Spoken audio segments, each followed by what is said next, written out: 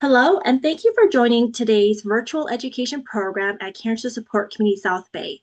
I'm Rebecca, the program manager, and I welcome you to this workshop titled Cancer Fighting Foods from Around the World. Before we begin, if this is your first time joining us, CSC South Bay's mission is to uplift and strengthen people impacted by cancer by providing support, fostering compassionate communities, and breaking down barriers to care. Our vision is that everyone impacted by cancer receives the support they want and need throughout their experience. We serve the South Bay, Long Beach, and Orange County area all at no cost. Our program includes support groups, networking groups, healthy lifestyle classes, social activities, and educational programs like this workshop. Educational programs are open to all. If you'd like to hear more about our services or join our community, please visit our website at cscsouthbay.org. Before I introduce today's speaker, we ask you to keep your microphone muted to eliminate any distracting background noise. Please feel free to enter any general questions into the chat function found at the bottom of the Zoom window, and we'll get to them after the presentation. Without further ado, I'll introduce our workshop speaker. Alexandra Sullivan is a registered dietitian and board-certified specialist in oncology nutrition. As an outpatient dietitian at Cedars-Sinai's Patient, Family, and Support Program, she provides evidence-based, individualized nutrition counseling to patients throughout their cancer journey. She knows firsthand about treatment side effects and explores the full range of physical, emotional, spiritual, and environmental influences that affects one's health when treating her patients. Thank you so much, Alexandra, for being here with us today. So happy to be here. Thank you for having me.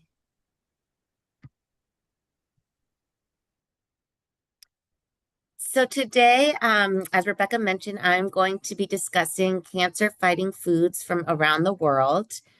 And I'm very passionate about this topic. I think that, as a dietitian, I always encourage eating a really well-balanced diet and having a variety of different foods. And I think that especially in LA, and I'm from Miami, where there's so much diversity, it's important to point out the benefits of foods from all over. So I'm really excited about this topic. We're going to be discussing what the cancer fighting properties are. So what nutrients are available in foods and how they work to help protect us or reducing our risk of certain cancers. Then we're going to go into the different foods from around the world, global cuisines, and practical ways to adapt these dishes for symptom management as well as long-term health, and of course for risk reduction. And I'm hoping that we can have a great discussion afterwards. And ideally, there's people on here from all around, so we can share our own cultures and our own cuisines, and maybe you'll recognize some of the foods that I'm going to be talking about, and we can share. So I always like to start off my presentation by just kind of reminding what the AICR, which is the American Institute of Cancer Research, consistently suggests based on evidence of what type of dietary pattern we should be eating to help reduce our risk of cancer. And consistently, it's showing that a plant-forward eating pattern, so plants, those are whole grains, vegetables, fruits, legumes, making sure we're getting enough of those is associated with reducing risk of cancer. And why is that? Well, these plants contain not only vitamins, minerals, and fiber, which we know about and we see on food labels, okay, vitamin C, grams of fiber, calcium is a mineral, but what we don't see on the label are the phytonutrients. And we know that there are over 10,000. And these are natural compounds that are produced by plants. And when they interact with vitamins, minerals, and fiber in the foods, so there's a synergy, that synergistic effect is what can help provide beneficial things and reduce risk for cancer. So this dietary pattern, it doesn't need to be vegan, it doesn't need to be vegetarian. We just want to make 2/3 of our plate plant-based. So vegetables, fruit, whole grains, beans, and then that other 1/3 would be, foods that maybe aren't from plants. So fish, chicken, whatever you may have. And then we want fiber diversity. That's helpful for our microbiome. Fiber is only found in plants. And then adequacy and variety. So, encouraging you to eat the rainbow. If you didn't watch my presentation in the fall, I gave a presentation on eating the rainbow where we really went into the different colors foods, because certain phytonutrients typically are found in different colored foods. So we want a variety so that we're getting as many as possible. We also want to make sure we're getting healthy fats. So olive oil, nuts, seeds, omega-3s, which can come from fish or algae. And then making sure we're getting good sources of protein. So fish, poultry, beans and lentils, tofu, tempeh, and trying to limit our processed and red meat. So when I go through all the different cultural cuisines, keep in mind this dietary pattern. So this is just a nice example of the different phytonutrients, showing it in the color basis. So you have your greens, your purples and reds, your oranges, your whites, and then different types of phytonutrients, which I'm going to go into further. But basically, phytonutrients, which can also be called phytochemicals, are the bioactive compounds in plants that provide health benefits. But like I mentioned before, these benefits are not seen as widely when we're isolating the nutrients from the foods and having them in supplemental form. So we're seeing that they're, like I mentioned, the synergistic effect of the phytonutrients plus the vitamins, the minerals, the fiber, everything else that's in these foods. That combination is what is providing these like beneficial and protective actions. So this is just one way to show how phytonutrients or phytochemicals can be classified. And phenolic acids are like the polyphenols. So the majority of the antioxidant compounds in foods are from polyphenols. The flavonoids are a major part of those. And if you want to learn more about this specifically, the bottom I put a link, and you guys will all have copies of the slides. This is from UC Davis, their nutrition department, and it goes into specific phytonutrients. I don't want to spend too much time on that because, again, we're talking about foods here. So just so we can review, this will show how nutrients in food affects cancer development. So this slide basically shows the process of carcinogenesis, which is the process by which normal cells, so that cell you see on the left side, transforms into a malignant tumor. And it's a three-step process. So first you have the initiation phase, which is when the normal cells develop DNA damage or genetic damage, and then they become an initiated cell. Then the promotion stage is when that initiated cells start to grow and make copies of themselves. And then that progression is when it progresses into a malignant tumor. So the cells have grown rapidly and they're invading and altering the function of neighboring tissues. So you could see that between initiation and promotion, those arrows are bidirectional. That's when the nutrients come in. So not just phytochemicals, but other nutrients found in foods that can help, stop these processes or reverse them. So helping to push them back to the left. And so this slide just shows on the left column is the methods that the body uses, the methods where the body uses these nutrients to shift cells back to the left. And then the right column is showing the specific nutrients that support that function. So all of these functions on the left are functions that are biological processes that our bodies have, but we want to be consuming foods and engaging in behaviors that help promote these processes rather than disrupt them. So for example, if we look at vitamins A, C, D, E, and selenium, these are all antioxidants. And when we eat foods that have these nutrients, that can protect DNA from oxidating. So if we saw from the previous slide, the initiation phase cell damage, DNA damage causes, the normal cells to become initiated cells. So, these nutrients can protect the DNA from getting oxidated or damaged.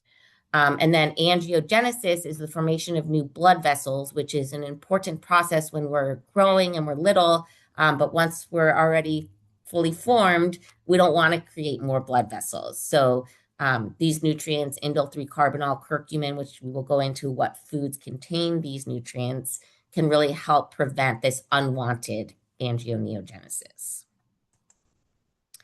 So now we're going to go into different cultures, different areas, and talk about their dietary food patterns and what kind of foods make up those patterns, highlighting really a lot of the plants in these regions. So I'm excited to go through all of them. So the first one is the Mediterranean region, and I'm sure we've all heard the Mediterranean diet. It's often promoted as one of our great diet, and it is, but it's not the only eating pattern that can be beneficial. But why is this a pattern that's that we're often touting as a great diet? Well, it's has vegetables, legumes, whole grains, fruits, nuts, extra virgin olive oil, some fish, some herbs, and within these foods, we're having all of the things in the parentheses are the nutrients, and then the actual food. So EVOO or extra virgin olive oil contain polyphenols, there's a ton of examples of polyphenols. Lycopene is in tomatoes, and we'll talk about how to make those more bioavailable. We will go into different cooking methods.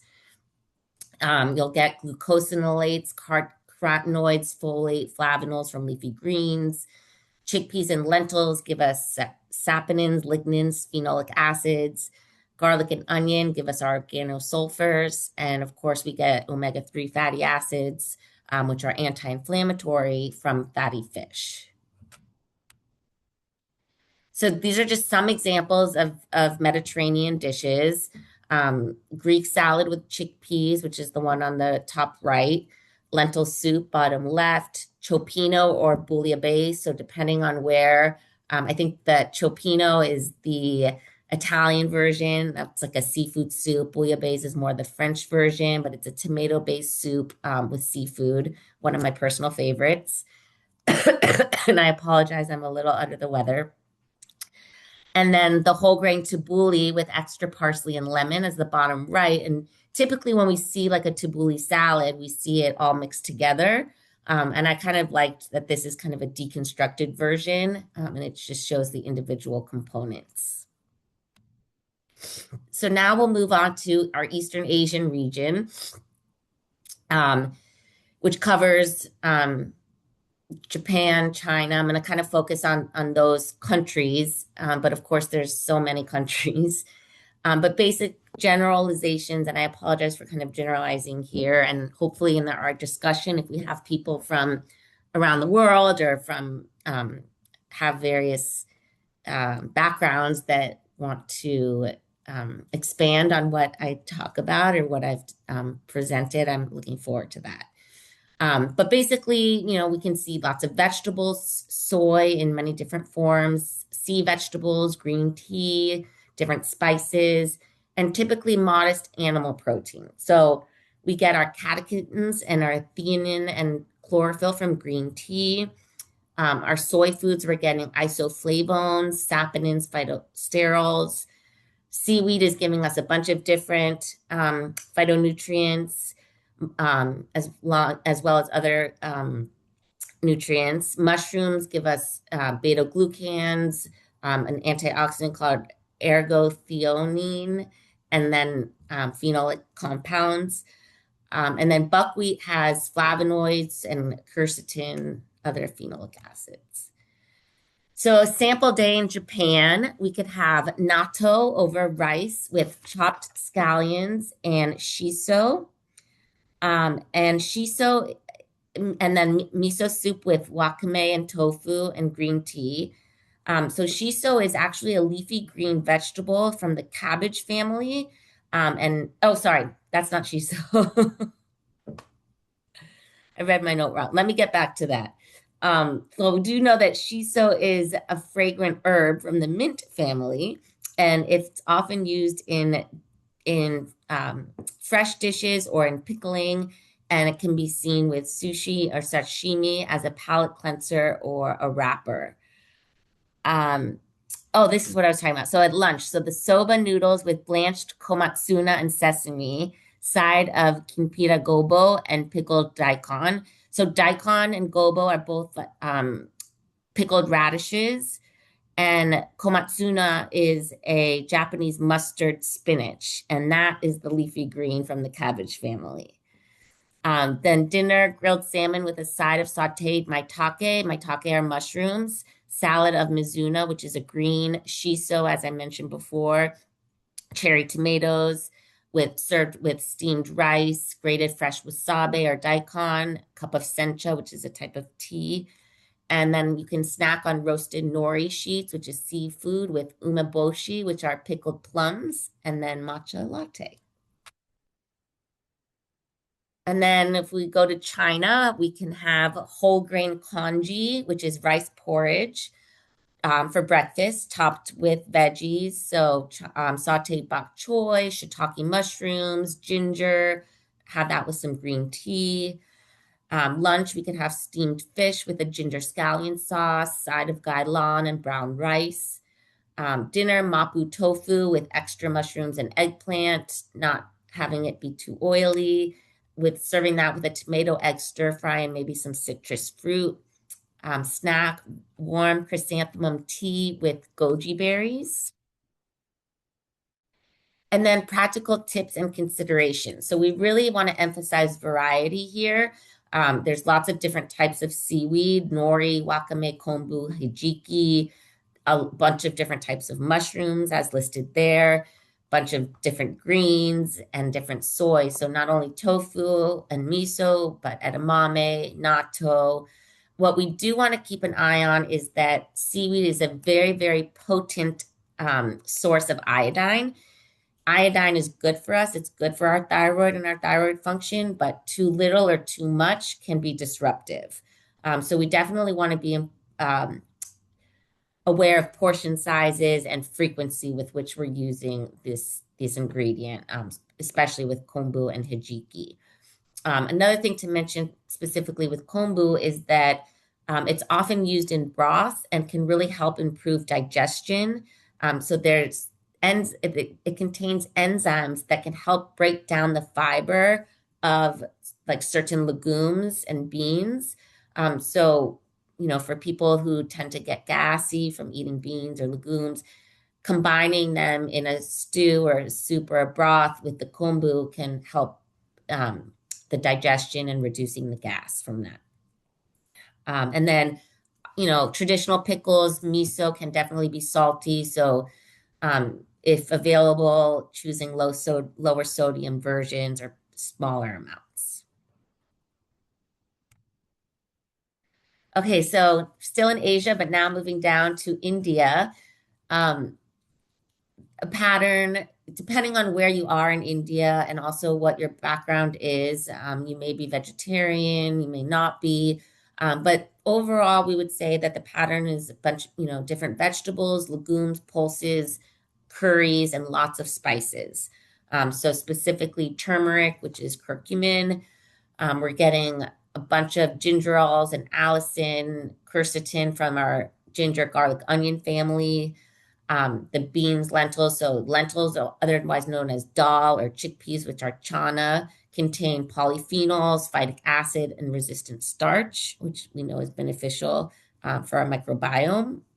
And then curry leaves contain these carbazole alkaloids and flavonoids. So here's a day of eating in India. So for breakfast, you could have a masala omelet, which is egg-based, or besan chila, which are vegan pancakes. So they're made without egg. It's mostly grain flour, spices, and veggies. So serving that with spinach, onions, chilies, and then having a side of chutney or masala chai. Lunch, palak dal with tadka. So that's a lentil soup. And tadka is actually, um, it's it can refer to the method of the way it's made. And it's typically used, it typically contains turmeric, cumin, mustard seeds, and garlic, and then a little oil. And then cabbage, carrot, poriol, yogurt raita with mint. So that's going to give us our probiotics in the yogurt. And then snack a roasted chana with curry leaves and chili with some pomegranate seeds or guava slices. And then a dinner example, grilled fish or tofu tikka, and that's just the way it's cooked, marinated with turmeric, ginger, garlic, and lemon. Cauliflower pea sabzi, brown rice with ghee, mango or jamun for dessert.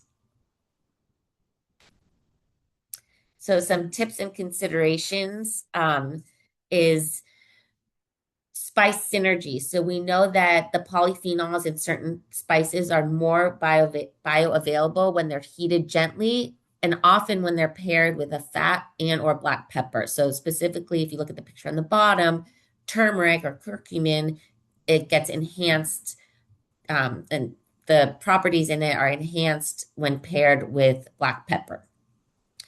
Also, we want to favor low and slow heat methods. So a light saute, steaming, but not for too long, simmering, pressure cooking will generally preserve or increase the bioactive compounds more so than deep frying or charring. And then especially with meats, we really want to avoid or limit charring. And then ginger and garlic. So you want to expose the compounds to the air. So crush or mince your garlic and then let it rest, which can help maximize the allicin, which is the phytonutrient formation. And then don't cook it right away. So kind of add it near the end of the cooking to preserve the compounds. And then with ginger, fresh ginger contain gingerols that are beneficial as raw, but then when they convert to shogals when cooking. And so both are beneficial. So cooking some of the ginger and then adding some raw at the end for a punch is going to give you, more of those nutrients. And then when we think of these practical tips and considerations are not only meant for Indian foods, because we've noticed in the dietary patterns we've looked at so far, lots of different regions use ginger, garlic, spices, cruciferous veggies. So we want to chop our cauliflower, cabbage, broccoli, greens, let them rest for about 40 minutes, which allows my myrosinase to generate the sulforaphane. So the sulforaphane is the actual nutrient that we know is beneficial. I actually did not know this until I was preparing this presentation. So it's not the best as far as like if we're in a time crunch, but just good to know. And then definitely we want to avoid prolonged boiling so that we're preserving the nutrients. So steaming or stir frying lightly will be good methods. Okay, now we're moving to Latin America, which I'm from Miami. So, I mean, there's so many regions and this is very generalized. So I apologize. I could probably do a whole presentation on Latin America and go into all different countries and regions. But for time purposes, we're just going to kind of allow me to do it this way. But the basic patterns we can see are beans, corn and squash, fruits, herbs, lots of seafood, especially depending on where the country is, and then poultry. And then, of course, there's heavy red meat in certain countries, but we're not going to focus on that. So what are some of the components, which, we've gone over in other cultures? Beans give us resistant starch and fiber, the lycopene, vitamin C found from tomatoes, bell peppers. We're getting great monounsaturated fat from avocado, and cacao is giving us polyphenols. So sample day, avena or oats cooked with cinnamon, and we can top that with papaya and chia seeds. We could also do a huevos or a la mexicana, which are eggs with tomato, onion, and chili, serving that with some corn tortillas and a side of fruit.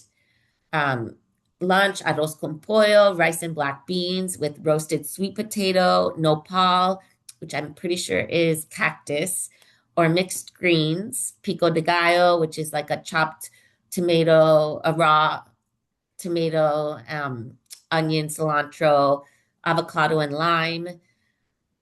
Snack, a great tropical fruit, mango, guava, having that with a handful of pepitas, which are pumpkin seeds, or peanuts. And then dinner, grilled fish with pipián verde, so pumpkin seed sauce, it's a green sauce, cabbage and carrot slaw, and a slide of sauteed verdolagas or espinaca or spinach, greens. So practical tips and considerations. Again, this is for all cuisines, but just kind of focusing on Latin America. Really emphasizing the vegetables, so filling half your plate with vegetables, so different salsas and slaws, leafy greens, using chilies and citrus to brighten your flavors. Prioritizing lean proteins and fish, so poultry, eggs, and seafood, while keeping the red and processed meats more occasional use. And then again, cooking, so stewing, braising, baking, and grilling over the heavy frying. And then, of course, if you are grilling, especially with our meats, we want to avoid charring. And it can be helpful to marinate with lime, garlic, and herbs. Of course, focusing on our healthy fats, our unsaturated fats, avocado oil, olive oil, nuts and seeds. And again, embracing variety. So yuca, plantains, potatoes, variety of vegetables, and different types of beans and grains. And then we're going to touch shortly on some African traditions. So we have leafy greens, legumes, whole grains, so sorghum and millet, tubers, spices, peanuts, and seafood where coastal. So our dark greens, so collards, amaranth, and moringa, those are giving us folate, vitamins A, C, and K, carotenoids, polyphenols. And I learned that depending where you are in Africa, amaranth is called different things. So in Kenya, it's tereri, Zambia is bandwe, and South Africa, it's marog. And amaranth can either be like the grain, but the grain itself is made from the leaf. So it can be eaten as like a leafy green. And that's how we typically see it in African dishes. And then okra gives us soluble fiber. And then cowpeas, which we know as black-eyed peas, or ground nuts, which we know as peanuts, give us fiber, resistant starch, and the polyphenols, phytosterols, and then, of course, lycopene from tomatoes. So a breakfast is fermented millet porridge topped with ground nuts, which are peanuts and banana, or injera with stewed lentils, which is also called misir wat. Lunch, an efroriro, which is a stirred leafy green, or moringa leaf stew, another leafy green, with tomatoes and onions, serving it with brown rice or whole grain fufu, which is another grain, and then adding grilled sardines to give us our omega-3 fatty acids and some calcium. And then dinner, cowpea or black-eyed peas with a vegetable stew, carrots, cabbage, pumpkin, having that with sweet potatoes, tomato, pepper relish. Snack, roasted chickpeas or bambaro nuts, having mango, papaya, and hibiscus tea without sugar or a little bit of sugar. Okay, so what is now that we've reviewed a bunch of different eating patterns, how can we kind of try to incorporate more cultures into our diet? So definitely, find inspirations, trying out new restaurants, choosing different types of cuisines, different types of dishes. We're in LA, you can go to different neighborhoods and find grocery stores with all different types of, ethnicities. different cookbooks. I know my library, I have tons of cookbooks from all different regions of the world. And then doing cooking classes. For my birthday one year, my husband got me a surprise like sushi making class, and it was downtown. It was in this cool warehouse, and it was amazing. But I know they have different cooking classes of all different types of cuisines, different cultures. We're in a great place for that. And then, experimenting. So I'll give you some resources of different places to find recipes, um, combining some of familiar foods with new foods, and then embracing different cooking methods, maybe that you're not familiar with. So this slide I took from one of my colleagues, Saori, who has given a presentation similar to this, but it shows, there's so many places in LA that we can go to. And of course, if people live in other places, just trying to find different neighborhoods. So, go to Boyle Heights, you'll get some Latin American cuisines, Cambodia town, Chinatown, Filipino town, Koreatown, Thai town. I put Asian together basically, but there's, so much. Limart Park Village, Little Armenia, all of these different places, Persian Square, Pico Robertson. And yeah, I encourage you to go out, embrace different places, different cultures. And then just some website resources. So of course, as a dietitian, we're members of the Academy of Nutrition and Dietetics. So there's a site that talks about different ways to prepare and plan foods. USDA My Plate is a good one, CalFresh Healthy Living, and then the LA County Library. These are all good resources. Additionally, Cook for Your Life, which is a great resource with a bunch of different types of recipes. It kind of can divide it into prevention, treatment, and survivorship. So depending on where you're at in your cancer journey, and there's definitely different types, they use ingredients from all over.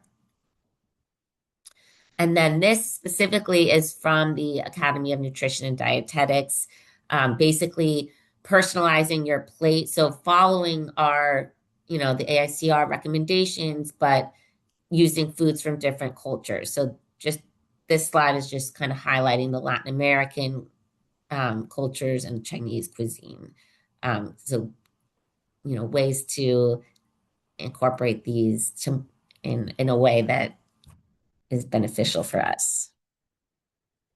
So that's like kind of the end of my presentation of my slides. I know I probably went a little bit quickly, but I am hoping to have some good discussion if there are, oops, I guess I could go back to that. If there are some talking people that have questions or want to discuss what we've learned. Absolutely. Thank you, Alexandra, for all that great information. So, we have some time. So if anyone wants to share some recipes or, different greens or grains, because sometimes we tend to eat the same things, right? So what is something different that you tried that was just amazing and you want to share with the world? We do have a few questions. The first is there's such great information. Can I have a copy of the slides so we can share them out? Absolutely, yes. Beautiful. All right. So for Absolutely. everyone, there was a lot of great information, and you might want to have a copy of the slides. This workshop is being recorded as well. But if you would like a copy of the slides, I'm putting my email address into the chat. Please email me, and I will get that out to you as soon as I get it. And so to the questions. Do you have to buy organic ingredients? No. So I would say the EWG, which is the Environmental Working Group, it's a great resource for knowing which foods are better to get organic and which foods don't matter as much. So it used to be called the Dirty Dozen, and I think it might be like the Clean 15. Every so often it changes the amount, but that's a great resource for determining, what you want to prioritize as far as organic or not. Um, a rule of thumb is vegetables or fruits that have peels. It's not as important to buy organic. So, like bananas have the peel. We're not eating the peel. Mango have a peel, versus like berries that are, we eat the whole thing. We might want to choose organic versions.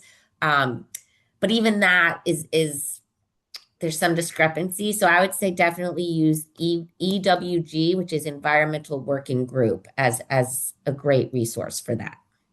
Great. And I did put that into the chat for the 30 dozen, but you can just Google EWG or just 30 dozen, and that's the first link that does pop up. Um, Question, what about inflammatory food, food and food that affects estrogen? Um, so so I guess I was highlighting foods that contain like properties that are anti-inflammatory. So we do know that certain foods can have pro-inflammatory effects. Um, and I guess so a lot of some processed foods, you know, heavy protein, and some inflammation is kind of okay. We just want to reduce like chronic inflammation. And um, if we're getting enough of these foods that have the anti-inflammatory effects, we're going to kind of cancel out that pro-inflammatory phase. But typically, it's going to be like your processed foods and your meats, that especially processed meats. Foods that affect estrogen. So we know that there's phytoestrogens in certain foods, flax and soy. However, they in the food sources in modest amounts, it's not affecting our estrogen the same as we once thought. So phytoestrogen means plant estrogen. It the humans have I don't know if it's an enzyme, but there's something in humans that the way we digest these foods doesn't create the same effect on our estrogen as in rats, which is what these early studies showed. So we really don't need to be that worried. We want to avoid soy, like so soy protein concentrate or isolate. So certain veggie sausages or veggie meats that are made from a soy protein isolate, we want to be careful of because we don't know the amounts in that. But whole food soy sources and other sources of phytoestrogens in their whole food form, so edamame, miso, is really fine, and we've actually have shown to be beneficial in terms of reducing risk of breast cancer and recurrence. Wonderful. That's always a question that comes up. So thank you for clarifying that. Next one, how to wash fruits and vegetables to get rid of pesticides. So, there's some products out there. I don't think that they're necessary. I think we can really get rid of the pesticides if, we're buying, traditional foods, commercial, that just with regular water. But you could also use like a diluted vinegar if you wanted with water. I would save your money on those commercial washes. I don't think that those are necessary. I think just rinsing them really well with water, or doing like a vinegar solution, just distilled white vinegar can be helpful. Thank you. What are your thoughts on roasting cruciferous vegetables? Is it okay to cook them that way? Yeah, I think it definitely is, and I definitely roast my cruciferous vegetables a lot. I would say that to get the most benefit, do a combination. So again, this is all about variety and an overall eating pattern. So if if you're only roasting them, I would say probably not the best idea. So roast them, but also try to embrace other methods. So a saute or a braise, kind of over like low heat, simmering, even steaming, can be helpful for some of those nutrients. But it's definitely not bad to eat them roasted, and you're certainly still getting the nutrients. So I would just encourage the variety. Absolutely. Is grilled food meant directly on fire? What about Korean barbecue? Because they cook the meat on the fire, or could they cook on metal under the fire? I would say not ideal and in moderation. Let's enjoy it because who doesn't love Korean barbecue? Um, I would say that yes, research does show that, grilling meat, and producing that charred, the black that we see on a charred meat does create or can create carcinogenic properties. So we want to be mindful of how often we're having food prepared that way. And if we're having it with a side of vegetables and, you know, pickled fruit or kimchi or other, foods that have all these beneficial nutrients, it it could counteract whatever harm we might be doing to ourselves. So I don't know. I'm somebody that thinks it's important to enjoy food, enjoy life. Less is more when it comes to things that we know aren't the best for us. And let's think of what are some good things that we can add. How can I enhance my, diet or my patterns to get more good things in rather than thinking about, oh, I can't have this, I have to cut this out. Like I think it's just a better way to think about nutrition and health in general. I like that. So we can still have a balance, so I think it's more of a treat, not something we have all the time. But even if we Yes, do have it, what are things that we can add to negate it rather than avoiding? Because that makes it harder for exactly, exactly. long-term sustainability. So for Mhm. Korean barbecue, I think they have a lot of small side dishes that are usually vegetable based that are like soy, bean sprouts, seaweed, kimchi, or they have like a tofu soup, if you like the little spicier side. So like you said, there might be some, you could have a little bit of meat, but then you can also add things that would be beneficial to that meal. Exactly, I like that. exactly. Yeah, so they do have the Dirty Dozen or the Clean 15 list online, yes.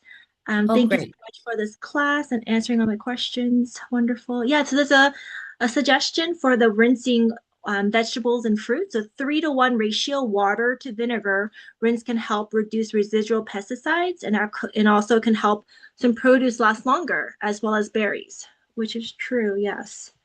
Wonderful. Let's see. All right. Beautiful. So Does if there's any, yeah, go ahead, I was Alexandra. just going to ask if anybody wants to share either a region or a cuisine that we talked about that they're familiar with, or one that I didn't touch on because, the world is large and I certainly couldn't go through everything. So I'm curious if anyone either comes from a region or a country or has um, history there or that they want to share. Yes, just over close to 200 countries so that we couldn't cover them all.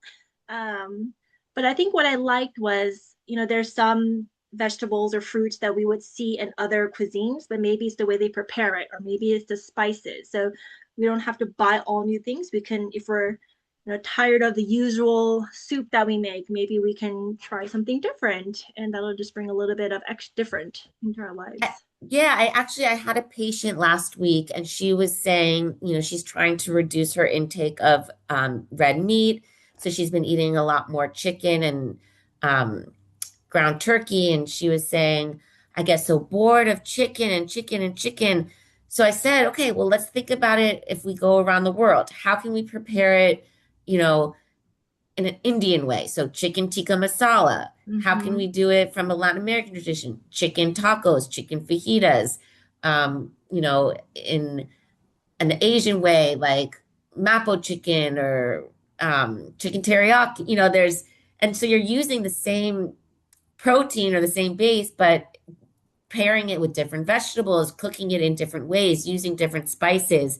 And you might still be sick of chicken, but it's going to be a lot more fun for you and your family if you're doing it in, having those different methods and thinking about the Yeah. different spices. And I love that we live in such like a culturally rich area where we can just, find it on Yelp and just drive 20, 30 minutes and be able to try these different cuisines and see what might be new and interesting to us. Um, are there any questions or comments? Feel free to unmute yourself or put it into the chat.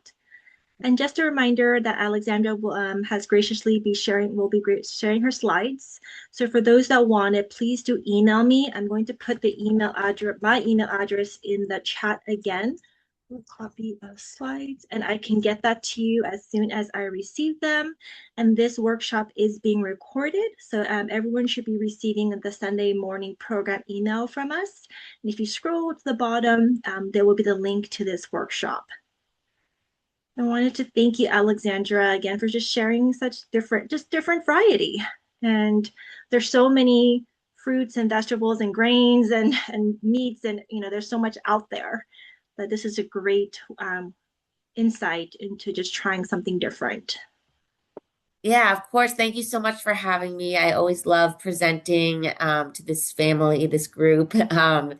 And yeah, feel free to reach out to me too if you have questions. I can put my email on here as well. Perfect.